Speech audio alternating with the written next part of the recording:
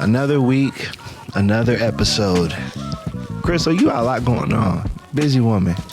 Yes, I am. I'm always fully booked. Really? You took the day off work, you said?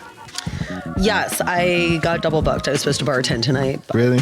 I decided not to. You bartend? I do a little bit. I've been picking up some extra shifts to get my down payment together. Okay. Down purchase my payment for your building? Yep. Okay. Another studio? I recently reopened my art gallery under the name Lemon Chrystal Artist Sanctuary. That's what's up. In Downtown Alliance. So bartending, how long you been doing that? Well, I used to bartend at Jupiter, bartend in a couple different places over the years, just pop up when I need extra cash. So. Any crazy, interesting stories you can tell us about your bartending days that you can tell us on the show? I played the fifth. What about you, Michael and Zach? You taste a little bit? I don't have any too crazy bar stories, actually. I think I've actually done a pretty good job of staying away from the crazy bar stories. I just feel like everybody always got like some weird, crazy, funny bar story. Chase, you got one? Man. Oh, yeah, you He's do. got too many. Yeah. Yeah, I got a lot, but I mean, I think the coolest one is just like when people bring their dogs in. To the bar? Yeah. Dogs to the bar? Yeah, well, this is Wisconsin, so maybe it's a little different okay, over there, But okay. just drink straight cheese. Cheese and dogs. I've never seen any dogs in bars here. I've seen some crazy things here, but Stuff you can say on the air? Or nah. Sort of like police showing up. Nothing really too crazy. No dogs. Yeah, no. I mean, I've seen people thrown out before, like, you know. Yeah, people trying to. Now, have you seen that, Yeah. Chrystal? People being thrown out? Do you throw the people out? We then threw they're someone out last outside. night. They're You threw outside someone out still last trying to night? fight. Oh, man. So. I seen somebody get thrown out like one person, one arm, one person, one hand, like Yeah. cartoon, like Yeah, thrown like out Jazzy like that. Jeff, like, Yes, you know. just like that. But that liquid courage is something because some people when they drink they just feel really powerful. I know you know this from experience, like being a bartender. And this particular incident, I was in school, and this guy, small dude, right? He just thought he was just the man. He was tough. They threw him out the bar because he was just doing too much. We were outside chilling, and there was this bodyguard. He was about like 6'3", 6'4", and the little dude was like, "Let me in." And the bartender said, the bodyguard said, "Stop touching me." And he said, "If you touch me one more time, I'm gonna knock you out." And the guy was like, and put his finger on his chest, and then he just Crazy. socked him so crazy, and dude just flew in the air, but he hit him so hard when he woke back up, he wasn't drunk no more. He woke up and was like, "Oh man, I got homework to do." Oh Man. that's a certain level of drunk, like to get the drunk knocked out of you. That's a hell of a punch if we're really. When he's like, man, did I pay that? Huh? But what could you be drinking to where you were that tough? Liquor. Probably whiskey. Oh, whiskey, how you like that? Some sort of liquor for sure. Oh my goodness, that's what they mean when they call it liquid courage. You know what they say, Hennessy. Oh, Anything is possible. I don't know what he was drinking, but Chrystal, we just had Duck Duck G Festival. Yes, we did. That's my baby. I have been throwing street festivals in Downtown Alliance for probably 12, 13 years. Yeah. Maybe longer. I can't recall. But I started throwing street festivals with Richie over at Jupiter. We started with Summerfest and Jupiter Fest, and we went through all sorts of different names over the years. Yeah. Historic Main Street Festival. We tried all different types of festivals. And we finally settled on the Duck Duck Jeep Fall Festival, which is a collaboration between myself, Ed Albert at Pocket Change Antiques, and Shelly Pinkerton over at Buckeye Freedom Jeep Group. What's the meaning behind the name? Well, you duck Jeeps, and that was part of our advertising for the event. So we duck Jeeps with the information to register. And so I came up with the idea because I at one point owned a Jeep that carted a food truck I ran for a number of years. And so I wanted to bring an event together that would bring new demographics into Downtown Alliance. And I noticed that these Jeepers were crazy about their Jeeps. So I thought, why not combine it with a fall family festival, art, music, history, and bring the Jeeps to set up as a trunk or treat, decorate the Jeeps, make a decorating contest, and it just expanded. In fact, it's expanded so much now that we have to take up another block. This is our third expansion of the festival in the past 4 years. Yeah, because when I performed there, I noticed the Jeeps, and I just noticed they all were like decked out. They were so creative.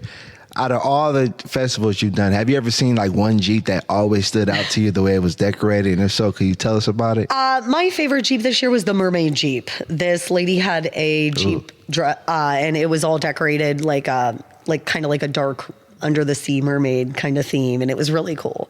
So it's always fun to see what the Jeepers come up with, as well as the vendors and the artists and musicians. I book multi-genre, so I like to book a little bit of all different genres of music, and I love throwing shows. It's my heart. So, what have been the pros and cons of like putting events together? Because me just knowing you, I've always noticed you put these events together, but they've had their highs and their lows. So, like, what are the pros and cons of putting an event together, such as Duck Duck Jeep Fall Festival? Well, my events tend to have a very low budget, and I can't pay a lot of people to help with it. So I end up kind of doing a large portion of the work myself. Anything from fundraising for the events, sponsorships,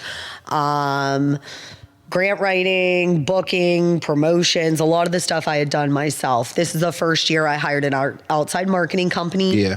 And I want to thank Christina from Cerebral Python. She did a great job this year. Took a little bit of the work off of my plate to hire a marketing company. I was a little nervous about giving up the reins on that, right. But they did a great job.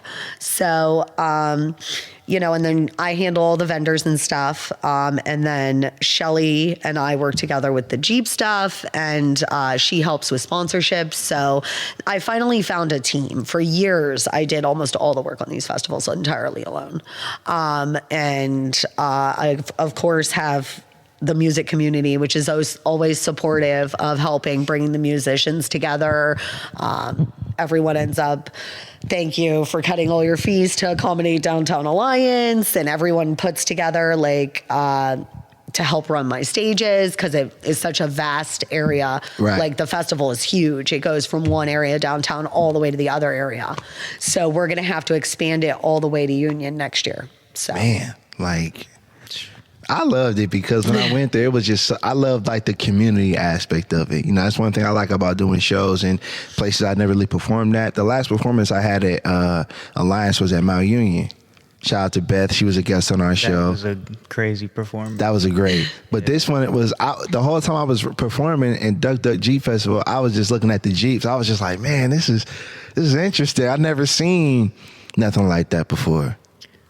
So whenever you said like you had like an outside like company take care of things? No, that she didn't take care of things. No, she just handled my internet marketing. Okay, as far as that goes, like it was the first year of that. Yeah. Is that like kind of like hard? Like, say like, because obviously you want things like your way. It was difficult. Yes, but she did a great job. I was really nervous about it. That makes sense. But she did not handle everything. Okay. She handled internet marketing. I handled the rest of it from the Q92. Mm-hmm. Thank you. Shout out to Q92 for always helping us promote the event. They have been so supportive since day one when I started my downtown festivals. So it's definitely a challenge to throw an event in a small town with very little funding. And it's overpowering when you see all of those people together, because that's the only time this year where you will see that many people in Downtown Alliance. So really? It's really important to our revitalization efforts down there. What revitalization would you like to see come to Alliance? Because when we were talking, you mentioned that, and that's what I paid attention to, because you mentioned like Alliance needs like culture, but what do you think it needs? Well, I have when Jupiter closed, it hurted the Downtown Alliance community in so many ways because there was so many displaced artists and musicians from the community. So that's part of the reason I decided to reopen a couple doors down from my previous business, because that community needs the arts access. So I'm going to be launching some new initiatives with my gallery. One is going to be in collaboration with my partner who helps with the events, Duck Duck Jeep. We want to do more of these street festivals all through the year. So we're starting with a new initiative called Small Town Saturdays. The downtown business owners are working together to put together Small Town Saturdays, which will be the first Saturday of every month. We'll have an antique and artisan show. Nice. So we will have the antique vendors downtown. I'll be working with Ed Albert at Pocket Change Antiques, and we will be working together to try to do a smaller scale festival like this bi-monthly over the summer. Tell us about, if you remember, the first event that you booked before you were like, yeah, I want to keep doing this. Like, what was the first event that you ever booked? Gosh, I have been doing events and art shows for a really long time. I'd say the street festival, this first one that the art community did together, it was me, Richie, James, and we put it together. And that was back when Richie owned Jupiter. And it was just all of us together putting it together, even though there was only like 300 attendees. Yeah. We had the Kemp Thornton stage, and it was just good to see anyone in the streets of Downtown Alliance at that point. So to see what you saw, which was close to 4,000 attendees on the streets of Downtown Alliance, it's just, man, it makes me cry. Man, so that's dedication. Because I love Downtown Alliance. 100%. I love it. It's like time stood still there. And the level of creative energy that can be just ignited by the inspiration of those buildings and the people of downtown, like the people who live there, the people who own the shops there. They're like my family. So Downtown Alliance is just, I love it. All right, so let me ask you a fun question. Someone's first time ever coming to Alliance, someone was just visiting or pulling up, what would you recommend them to go check out, like eating or the scene? I can't tell you how many times people have told me that one of my events is the first time they've been to Downtown Alliance. For real? And that's people who have lived in this area for a long time. So I tell people, go to downtown and go on a Saturday morning. That's when most people are hanging out. Honestly, they'll go to the antique shops, and so that's why we'll be doing the first Saturday of the month, the Small Town Saturdays next spring. But I don't know. I would say you should go downtown. Come see me. I feel like every see me downtown. Every place, big or small, has like some type of culture. That's why I wanted to ask you about Alliance. Because I think you're like one of the first guests I've had you're from Alliance, correct? No. Where you from? I'm from I went to school in Pittsburgh for a long time. Okay. I went to Art Institute, but nice. I'm originally from a small town called Mineral Ridge, and then I lived over in Warren. I lived back and forth between my grandma's and my mom's. So I went back and forth from Warren to Ridge. How long have you been a resident of Alliance? About 20 years. 20 years? I actually don't live in Alliance anymore. Okay. But I've been hanging around Alliance for about 20 years. So you said downtown, Saturday morning, Alliance. Yes. I think that Downtown Alliance is the only real culture you're going to get in Alliance if you're looking for arts and culture. And that's why I reopened my arts organization there. So good for you. Y'all got any Alliance? I think I've been into Downtown Alliance maybe twice. What'd you go for? Sometimes for work. For work? Yeah. What about you, Chase? The last time was at the show with you, probably. Alliance just feels like Like I know State Street, you know. Yeah. But Oh, yeah. outside of State Street, Ain't that Walmart y'all got? Y'all got a pretty big Walmart. No. Don't go to Walmart if you come to Alliance. Come shop small business 100%. downtown, okay? Support your small businesses. 100%. What are some of your favorite small businesses? Some of my favorite small businesses in Alliance. Yes. Of course, Lemon Crystal Artist Sanctuary, my gallery. For sure. Pocket Change Antiques. There's a whole hub.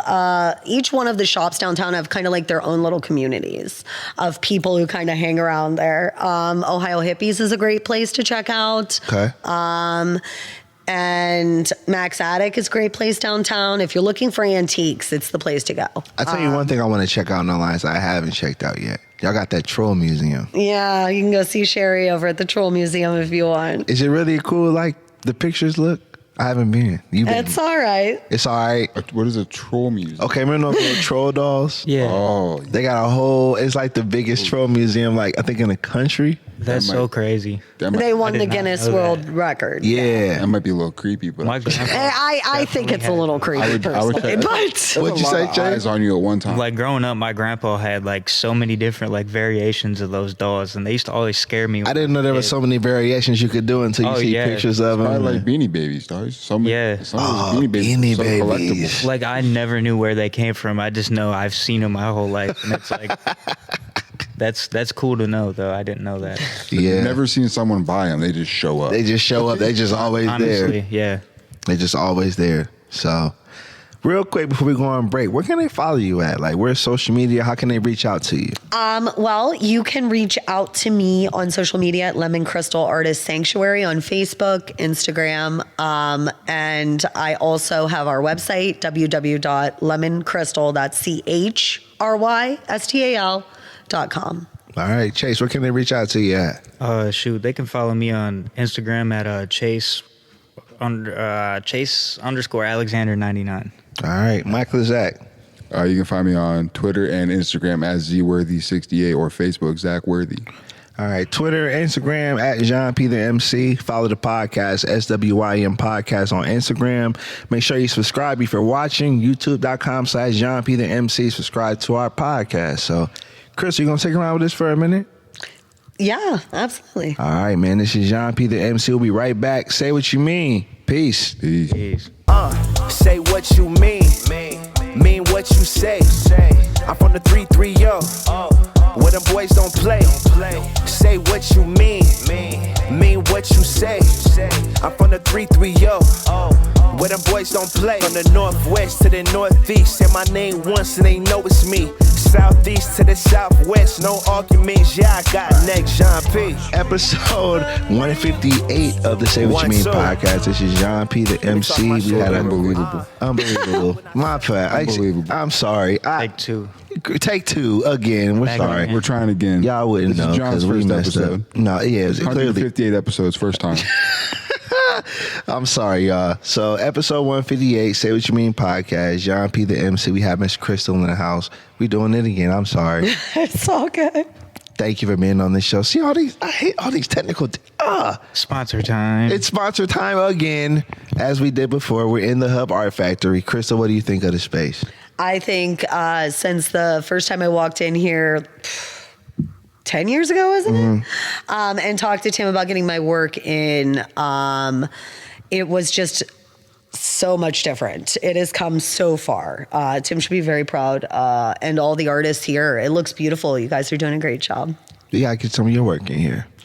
I have over the years many times. Yep. Yeah. On and off. It's been a long time though. I don't think I've been here in about a year. So. Well, now that you're on the show, this is always a home. Every person that comes on the show, the Hub, we're giving y'all a pass. So our space is your space. So shout out to the Hub Art Factory, Tim Carmody, Equity House. Shout out to Aaron Dukes, Pristine Steam Washing, our first official sponsor, Helmet Heads, where flavor is the main priority. Helmet Heads is a cannabis-based brand owned by cannabis cultivator and connoisseur Jamie Randall Jr. Each batch is carefully crafted in the most organic way possible to ensure a smooth, healthy product. No spray terps welcome. It's the baby. IG and Facebook, Helmet Heads Exotics. So yes, those are our sponsors. So Chrystal, again, Memorize now. I should, but I just because it's our sponsor, I got to say the pitch. So Early days, starting off. Tell us what it was like for you growing up. I had a really rough childhood, and I was looking for a refuge, a place to hide, and so I found art, and I never put the paintbrush back down. I've been an artist all my life. I have paintings that date back to the very late 80s, early 90s, so I was very young. So I painted all my life. I did my first art exhibit around 11 years old, started winning awards then. Art was always my everything. I built my whole life around creating art and sharing my artwork and using my artwork as a platform for community change. Has been something I've always done, volunteer in my community. I was always very active in multiple organizations, even as a child. My grandparents, where I eventually ended up moving as a little girl, they were very community-centered, Meals on Wheels, church, all that kind of stuff. So I got into volunteering at that age. I still volunteer in my community. So like when it comes to volunteering, were those like your first mentors when it came to that? My grandparents? Yes. I guess. Well, who were some mentors for you? I don't know. I didn't have a lot of mentors growing up. Now I have a lot of amazing people in my life who have helped me turn my love of volunteering into a position in the nonprofit sector. But I didn't have a lot of mentors growing up. I guess you could say I was kind of a troubled child. But I dove into education. I loved to read. I loved to go to school. And I loved to make art. And I love to share my work and to bring people together around art, to share other artists' work, to help other artists develop their brands, learn about the industry. I love art. It's just who I am and who I've always been. So. What's been one of your favorite art pieces that you've ever done? My favorite painting, Burned in the Fire. I had a studio fire July 29th, 2021. I lost over 300 paintings. All of my work I had to restart. And my favorite painting was called Skinny Dipping. It was a 5-foot black and white nude with fish. So that was my favorite painting. It was a lot of people's favorite painting. I painted it live at Jupiter. So how did that studio fire, how do you think that kind of shaped to where you are now? Like, do you think, as hard as that may have been to go through at the time, do you think it ended up helping you in the long run? Hell no. How would losing all of your work ever help you? I don't think it helped me at all. It just negatively impacted my mental health. It made me have to start over for like the 1,000th time in my life. But what it did make me do is realize that you can always create a new future. Yeah. No matter how many times you get knocked down, no matter how many times you are confronted with tragedy, you just got to get back up and start over again and just keep building until one day you build something that is sustainable and hope the universe doesn't tear it away from you. So I've also learned. I'm honest, y'all. Yeah, no, it's real. Hey, the podcast is called "Say What You Mean," so you know. No, I don't think the fire really helped me a lot. I mean, it did make my work a little more public. Yeah, it did increase the value of my older paintings, but the ones that still are around. But as far as like my own thoughts on it, fire is devastating tragedy. Yeah. So. You know what else I learned about you? You're a Wu-Tang fan. I love my Wu. You like the Wu-Tang? What can you tell us about? Because when you, like, we were talking and you mentioned like these songs, and I was like, yo, she likes Wu-Tang? What do you enjoy about Wu-Tang? What do I enjoy about Wu-Tang? Yeah. Well, if you're a Wu head, you just have an obsession, man. Wu fans are, yeah, that's a movement in itself. I first got into Wu-Tang when I was 11 years old. I lived in Warren at that point, and it was like the early 90s, you know, right when Wu-Tang was at the prime in any low income hood. If you happen to live in it, there was Wu-Tang jamming on the porch during that era. So I got heavy into Wu-Tang when I was a little girl and just never quit. It's empowerment hip hop. It's music that speaks to people and helps them feel like they can live their dreams no matter where they came from. So, who's your favorite Wu member? RZA, of course. Like the RZA? Yeah, I love RZA, the genius. Man. Yeah, my favorite Wu-Tang song's tattooed on my arm here. What song? Triumph. Oh. Every morning of my life since I was little and found Wu-Tang. And I wake up with Wu. Zach, you like MF Doom. Yeah, I'm a big I'm guy. a Big Doom guy. Raekwon. You know, You like Raekwon? Yeah, Chef, Raekwon, come on the now. chef. That's the guy. What's your Good to favorite? know with some fellow Wu heads Of here. course, huh? man. What's your favorite song? Probably Heaven and Hell. Or, That's a good as Wu-Tang can it all Yeah. be so simple.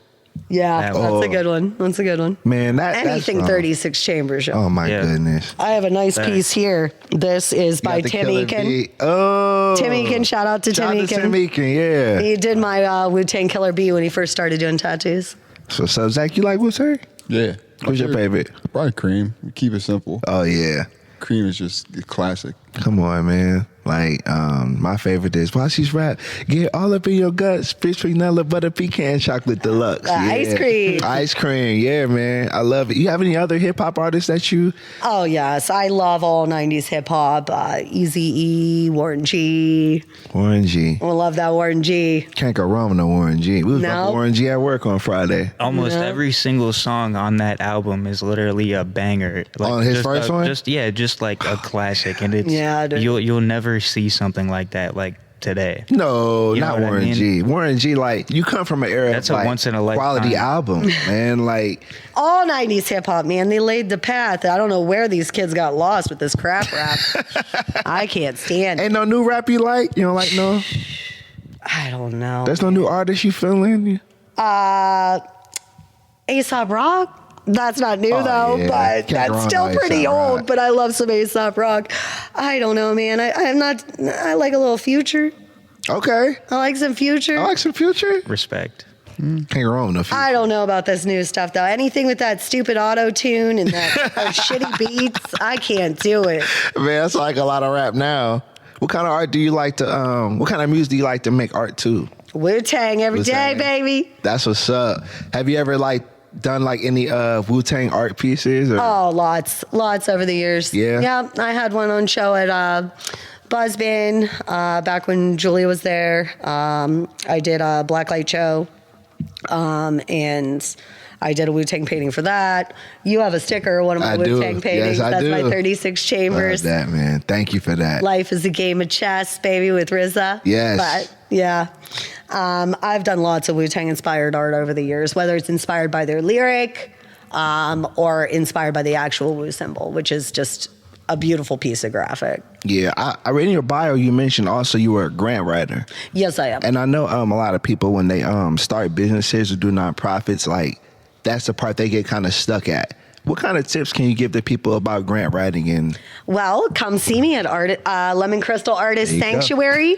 Part of what I'm doing there in my arts organization is helping artists learn the business of art. So B2B, business to business, help with marketing, registering your LLC, writing gallery and grant proposals, and I offer all of my grant writing and proposal writing services at a lower rate if you're an artist or musician than I would a corporation. So you can reach out to me. You can text me if you need some help with grants, 330-614-2789. that's right. And we can see what we could do to give you a hand. I will be also hosting grant writing workshops. Grant writing is an art form in itself, honestly. It's very complex. I've learned that about when people talk about grants, like there's a certain way, there's certain words you should use. Yep, there's grant language. You always want to use third person. You don't want to be like I. You know, you want to, there's specific language. It gets down to kind of like an art. So So like writing grants, have you ever written a grant and like gotten response that you didn't like expect to get back when you thought it was like the best grant and someone maybe said like, nah, this isn't it? Because they have to get approved, right? Grants have to get approved? Yeah, they go to panel. I also serve on some grant panels with local organizations and review applications. So I have a huge passion for the nonprofit sector and trying to use nonprofits to actually help people. Yeah. So, I love to write grants, but it's hard. It's hard. And you get tons of denial letters. Absolutely. Yeah. At first, that's how I got into grant writing, actually. I was writing grants for my own art career, and I could not get it. I just kept getting denial letter after denial letter. And I used to cry, get upset, but then I said, you know what, I just need to learn how to do it. Yeah. So I apprenticed under a couple local nonprofit leaders, and then I decided to go to Stark State for it. So I am certified through Stark State to write grants. That's what's up. But I studied it independently. I've studied grant writing for about 8 years now. So it's definitely like a process to writing grants. Oh, absolutely. Man, yes, that's very learn something new every day. Yeah, I couldn't tell you nothing about grants. Yeah, same. I learned that once we started doing this podcast, like when it comes to like receiving help, like there's money out there, as they say, but there's a right way of asking for it instead of just you like saying I. There's a third person. You have to, in third person? Yep. Okay. I like that. You mentioned art and business. What have you learned about art and business together? Well, I struggled with getting my art out there when I was younger, so I started studying business. And best advice you can get as an artist is to treat your artwork as a business in a way. I mean, don't create stuff to sell it, of course, but you have to think about it like running a business. Yeah. Marketing. There's so much more involved with having an art career than just making art. So from marketing to registering your business, paying your sales tax, creating your websites, getting your promotions out there, networking. It's important to create your art as well, but also to set aside time to grow your business. So like to live off the art, you just have to do it the right way. 'Cause I see a lot of people You say, just got to hustle constantly. Yeah. Like 20 different types of hustles. man, you got to have that hustle spirit being an artist. Yeah, definitely. If you're picking a career, I would say don't pick art as your career. You gotta have that hustler spirit though. Yeah. You know what I'm saying? Because I have friends and just seeing how the artists at the hub, how they have to hustle so much just to sell a piece or for people to even see it. Like the hustles are similar to being an artist, being a musician. It's like you gotta really put yourself out there. So being an actual artist versus a musician, it's like the same type of hustle. So what have you learned in the process of hustling as an artist? Like what have been some pros and cons for you? Contracts. Get contracts. Learn about contracts. Again, one more time, learn about contracts. I couldn't say that enough. Deposits. Don't get art. Don't do your art without a deposit for a commission or you are going to get screwed. Those are important things to think that when you're young, you don't think about that. You're just trying to make art. But if you want to make art and make that your life. I mean, I always say art is not really a career choice. Art kind of chooses you and then it's your whole life. So, and if it's not, then it's a hobby. So there's a big difference. You live and breathe art, then you're an artist. If you don't, then you just make art. I've seen artists say that, like they start working on something like a mural or something like that without contracts. And then like when it's done, they're waiting to get paid and they don't get paid. You know what I'm saying? So like I respect the artists who be like, look, you got to put a deposit before I even pull out any paint or anything like that, man. And that's a hustle in itself. And a musician's the one that taught me about contracts. So art and music they go together. They do. The musicians and the artists, they have to work together to put things together to bring people. It's not easy. The arts have hit a really hard roadblock to jump over with COVID. We were the first ones to go. We were the first industries that got affected, art and music. and venues and galleries. You know, we were the ones that hit the hardest blow when COVID came. So What was that period like as an artist during COVID? Because every time that comes up, COVID and pandemic, and I speak with certain people in their careers, it makes me wonder what it was like for them. So what was that period like for you during COVID as an artist? Well, I'm going to bring a quote from my buddy Carol out, and Carolyn Young. She's an artist that I'm good friends with. She lives out in Columbus in the short north.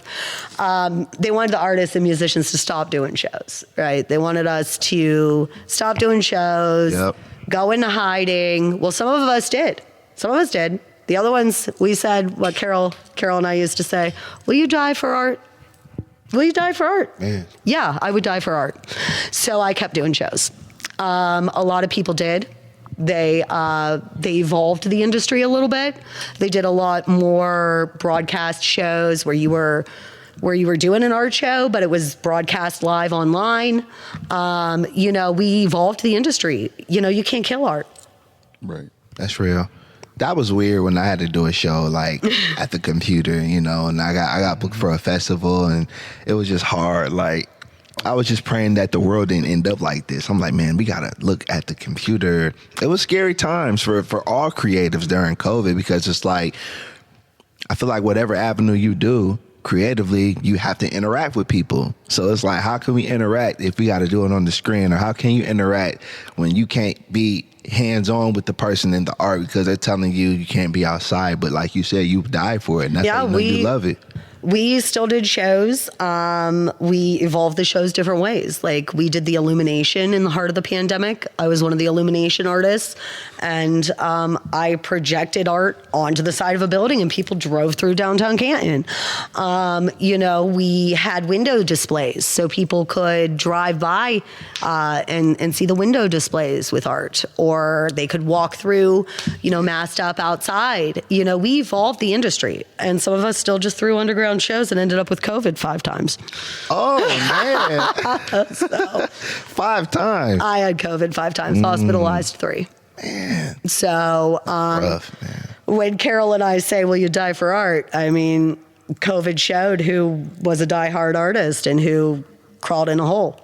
It showed the love for it. And none of us really crawled in a hole at all. We evolved the industry, whether we were broadcasting, doing all these podcasts. I even had a podcast for a little while. I'm a social person. I love a party. I love to get together in an art show or a festival. I love to be in a crowd of people. So it affected me a lot when COVID hit. I needed my artists and my musicians, and we were all stuck. You know, when COVID did you kind of realize that was over? When did you kind of realize once it was over that everybody could get together again? Like, was there that moment where it was a Well, show? we still got together. Right, so. Yeah, you made your I own wasn't rules. one of those. But, yeah, I mean,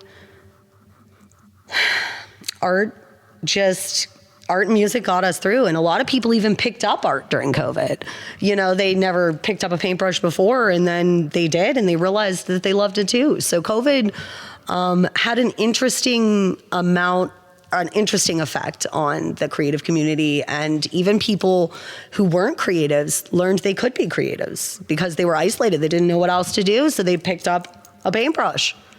So I hope those COVID artists keep going. Keep painting, y'all. Chase, you got any questions you want to ask Chrystal? Not off the top of my head. All right, what about you, Zach?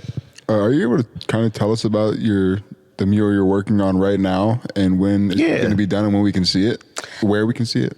Well, Lemon Crystal has been booked to make the new winter mural in Congratulations. In Louisville. So I'm not sure. I don't have a debut date, but I was told we need to be done sometime around Thanksgiving. So keep your eyes posted, and more information will be coming out about that. I'm not really sure how much I'm supposed to say about that mural project yet, but it is on the way, and it's going to be really epic. It's huge. So we're really excited about it. We just did a big mural. That's why we weren't with Mural Fest. It broke our heart, but we were already booked in Cleveland at Ingenuity Fest. And we did a augmented reality mural that was then animated using projection mapping. So, and that was at Ingenuity Fest over in Cleveland. It was an awesome event. that is my goal in life, is to bring more events like Ingenuity Fest into smaller cities. You will. Because like I said, when I went to the festival, Duck Duck Jeep, I was just so impressed at the creativity. I was just impressed seeing the trucks. Like I said, I'd never performed at a festival in Alliance before, so I didn't know what to expect. But like just seeing that was just, you could just sense the spirit of creativity. Well, there'll be more shows. I will be expanding, and Lemon Crystal will have a stage soon. So I'll have my own stage once again here probably in spring. So expect a lot more shows. I want to ask you this before we go on break. For someone who appreciates art as you do, you said you died for it. What advice would you give to someone who may be going through like a block, where they may want to just quit, because sometimes life can life. And people just don't want to pursue passions such as art. What advice would you give to someone who may be going through a funk like that? I say I'm going to quit all the time, but you really can't quit making art because you'll go crazy. So keep going. If you're a real artist, you got to make art. It's just not an option, And if there's been many times in my life where I'm like, man, I'm done. Nobody showed up to this show. I didn't sell no work. I invested all this money. I'm done. And then a couple days later, I'm like, man, I'm bored. I got to make some art. And then I put a show together. So just keep going. Just don't give up. If it's really, being an artist is really a lifestyle. I know I said that earlier, but it is. It is. And battle of the fittest, or what's the saying? Battle of the strongest. Only the strong survive. Yeah, a lot of artists fall off, but just pick the brush back up, man, and you'll be good. I like that. So keep creating. Yes, keep creating. So here's what I want to do. I want to take a break, and when we come back, I'll say a quote, you'll say a quote, Chase will, and you got your Dr. Seuss quote ready? We'll get it. We'll find it. Oh, it'll Maybe, be there. Yes. It'll be there. Okay, cool. So we're going to take this break, and we will be right back. Episode 158, Say What You Mean podcast. Peace.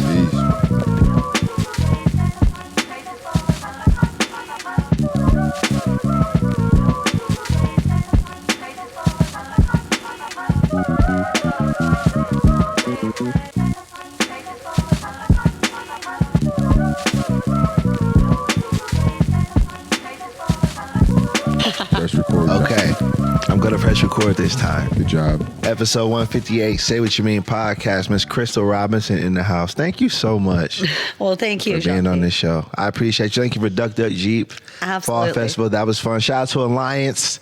Appreciate y'all, man. Loved it, man. That was a great show. I just love interacting with people. I love seeing the kids. Shout out to the Master too. Yeah. You guys really pulled it together. He killed it. Awesome. I stayed for his set. You both did, dude. It was sweet. He did a great show, man. Shout out to him.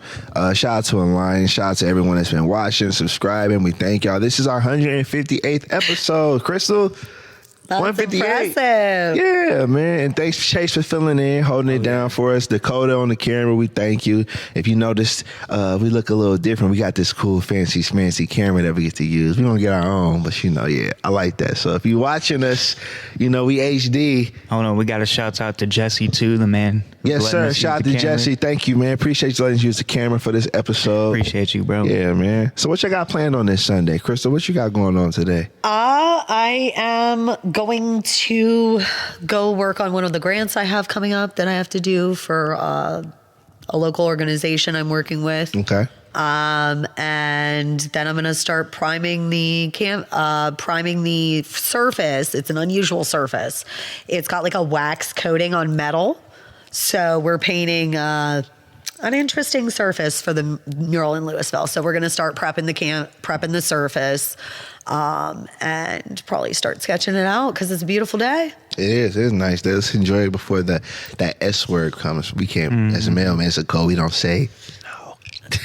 But they don't just come out of nowhere knowing Ohio. No snow either. Yeah. I don't go outside if there's snow. But our jobs, I know, how you going to handle the snow with trucking? Carefully. Just go through it, dog. Oh, my goodness. I was thinking about that too, man. I'm like, when I first thought of snow, you were the first one I thought of. I'm like, how's he going to drive in that? That's the one thing I'm least excited about. So I'm happy I got my license a couple months before, the the snow really starts, so I can. I get- better get not more see you on the comfortable. side of the road. I will promise nothing. What about like? Are you gonna go to like mountainous places? Ooh, Like, I'm local. Local? I say Okay. Furthest I go is Erie, PA. because I hear about those truck drivers driving in Maine and on the coast, and they show the highways, and they. Nope, I don't want to. Nope. Keep me where it's flat. I saw a video. I don't know where this highway was at, but it was like winding up, and he was driving the truck, and I was just like, "How is he not?" And there's like no endings, like no railing to help the truck. Like it's just. Nope, keep me in and around Cleveland. He said just 45 minutes there and back. Yep. 2 hours as far as I go, and I stay out the mountains, and I'm cool. What you got planned today? Browns. Browns. Same Oh thing yeah, with Browns Sunday. I'm gonna go let them determine my mood for the rest of the day. What's been your thoughts on the Browns, man? I don't David? wanna talk about it. You, We can't. Nope. you don't want to talk about it. All the words I want to use, I don't feel. How you feel about Brook Park? That should be cool. I think it'll be a cool stadium. Y'all see the Browns moving out of downtown? They're going to Brook Park. Y'all see that? Chase, what you think about it? Crystal's like, I don't watch them. I don't Man, pay I don't attention to football. Chase is a Steelers fan. His opinion. Him and Jeremy both. Pittsburgh. Man, look, I don't care. Steelers on a day 20. Let's go. Hey, Yeah. damn, Zach. I gotta say it for Jeremy too, since he ain't here right now. yeah. You know, we're both. Yeah. I'll meet you both in the A-Trap. That's all right. Good luck on the new stadium, though. That's a how many $1 billion? Like $3 billion stadium that's coming to Brook Park. Yeah, it'll bring a lot. It won't of, make a difference. It'll bring a lot of other stuff too. I just want them to win. You know what I'm saying? They got this great stadium. They just got to That's win. got nothing. From what I understand, they never win. No, they don't, Crystal. Oh, okay. Not right now. They ain't winning right now. So you know, yeah, you good. That's about all I know. It's a rough life. It's rough, man. You gonna be all right, Zach. Mm-hmm. You gonna be all right. That's why you came with your shades on, because you was crying about. No, never, never that. I'm just like, Never that. no, but y'all know how we give it up on the podcast, man. We ended on a positive note. Peace, positive point. We all share a quote that means something to us. Love ending the podcast on a positive note. So who wants to kick it off? I will. Go ahead, Chase. What you got for us? All right, so mine is you can't use up creativity. The more you use, the more you have. What's that mean to Good you? one.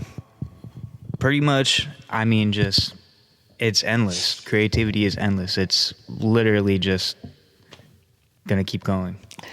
If you allow it, You can do anything you want. you really can. Like people, I wish not to cut you off. But I just wish people understood the power of creativity, because just like it can affect your mood. It kind of ties into like a quote that I wrote myself like a long time ago. I was like, I am the pen whose artistry cannot be kept. I like I Meaning love that. Bars, I Chase. love that. And then, like, the second part was meaning That's beautiful. my creativity will flow forever endless. And that just ties into that actual quote. Chase made his own Yeah. positive point, and you trying to search Dr. Seuss That's quotes. Yeah. I'm just messing with you. I like that. Say it one more time. Oh, man. Man, what did she say? Maya Angelou. You can't use up creativity. The more you use, the more you have. I like that. You got your quote, Zach? Yeah, we're good. What you got? Cash rules everything around. Where you can get the money. Dollar bill, y'all. No, wait. I was gonna ask you. I was gonna say, what's it mean? But I think we all know. What's your quote? Why fit in when you were born to stand out? Facts. Dr. Seuss. Nice. Dr. Seuss said that. Nice. What's that mean to you? Why fit in when you were born to stand Facts. out? Pretty self-explanatory. Stand out. You stand out. Don't join the crowd. That's what's up. Yeah. Yeah, color outside of the lines. Yeah. It's cooler. I like that quote, Zach. Or draw the lines yourself. Hey, that too. I love all these alternatives we got to your point, man. That's what's up. I like that. Short and sweet. All right. Crystal, you got a quote for us? I do. It's you not got? short and sweet, though. It's okay. I'm going to quote my favorite artist, Frida Kahlo. Okay. She was a disabled Mexican artist who paved the path for women like me in the arts. She's a rebel soul. So I used to think that I was the strangest person in the world, but then I thought there were so many people in the world. There must be someone just like me who feels bizarre and flawed in the same ways I do. I would imagine her and imagine that she must be out there thinking of me too. Well, I hope that if you are out there and read this, know that yes, it's true. I'm here and I'm just as strange as you. Frida Kahlo. What's that mean to you? That means that To anyone who is somewhat of a different kind of soul or feels a little disconnected by the current society that we're in, it means that you're not alone. There's somebody else out there who is a little bit different too. And you should just be who you are, because you are showing the world a different point of view. So. And who said that quote again? That was Frida Kahlo. Frida Kahlo. I like that. Thank you. Thank you. And my quote is, let me pull mine up. Creativity takes courage by Henry Matisse. I always respect people such as yourself and other artists that make art a part of their lives. You know what I'm saying? Like, there's people who live off art. And that takes courage to live that way. It takes a lot of courage. That's why when you said, don't be an artist, you're not the first artist who I've heard say that before. You're not. You know, I've heard a lot of artists say it's not easy. You know what I'm saying? Being an artist, you feel, it seems like you feel a little bit more, you know, and that's hard. Yeah, it takes courage. Be tragic. It takes strength. Like, I just, creativity takes courage. You know what I'm saying? To live off of that, like, that's a risk, you know, like people who don't rely on the 9 to 5 to make them live. They rely on their art. I think that takes a lot of courage. You know what I'm saying? So when I see artists who solely make their living off of what they do, I respect that so much, because not a lot of people can do it. Even musicians, like there's musicians who live off of music, and that's not easy. A lot of people want to do that, but it's not easy. You know what I'm saying? Like, that's why I like this quote, you know, creativity, it takes courage just to do it, you know, because sometimes people may not agree with the things that you're creative about. I'm sure you've done pieces where people were like, oh, what's that mean? Or why would you do something like that? But it meant something to you. I've done pieces where they said, you need to take this Post-it note and put it over those nipples, because we can't have this in our museum. Yeah. So I literally feel so insulted to have to take a Post-it note and put it on my painting to censor it. But the courage to be like, I'm not censoring this because it's my art. You know what I'm saying? Like, that takes courage, you know. Your creativity made you make... No, you put the Post-it note on there, and then you send somebody up behind you, and they pull it back off. And they pull it right off.